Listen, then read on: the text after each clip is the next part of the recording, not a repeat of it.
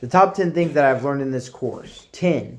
I learned about a gospel genre called a hero story, which captures people's imaginations and serves as an inspiration. I learned this in the book Jesus the Hero by Leland Ryken on 35. This has impacted my relationship with Christ by showing me to look to Him to lead me in my life. 9. I learned that Matthew referenced Jerusalem as a holy city to imply that the temple was still in existence. And I learned this in the Bible Knowledge Commentary on page 16. This solidified my view that the gospel writers were indeed first century eyewitnesses of the Messiah. 8. John selected 7 signs in his gospel so readers could believe that Jesus is the Christ. I learned this in the Bible Knowledge Commentary on page 344. This brought certainty to the historical evidence of Christ's miracles in the Gospels.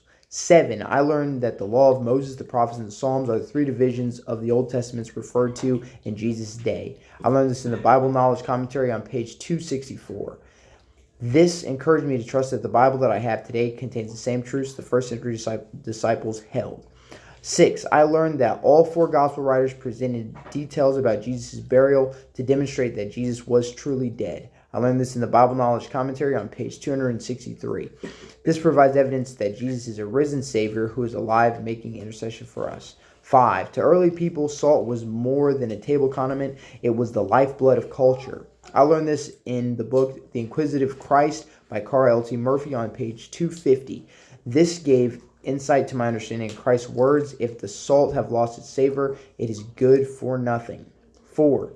I learned that Jesus initiates the encounter with the woman at the well because he wants to bring the woman to salvation. I learned this in the book Jesus the Hero by Leland Ryken on page 48. This encouraged me to boldly evangelize and to let the people in my community hear the gospel of Jesus Christ. 3. I learned that the word parable is a transliteration of the Greek parabole, which means comparison. I learned this in the Bible Knowledge Commentary on page 118. This brought insight that Christ is using parables to compare a heavenly truth and encouraged me to dig deep into the truths of the parables in the Gospels. 2. I learned that one reason the word logos was used by John was because it was familiar to his readers. I learned this in the Bible Knowledge Commentary on page 271. This taught me that when preaching the gospel, it's important to use language that my audience can understand. 1. In reference to John 3:16, I learned that God's motivation toward his people is love.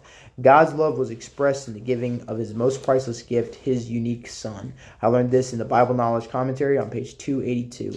This taught me to point others to Jesus Christ by reminding them of God's love for them by the giving of his Son, Jesus Christ.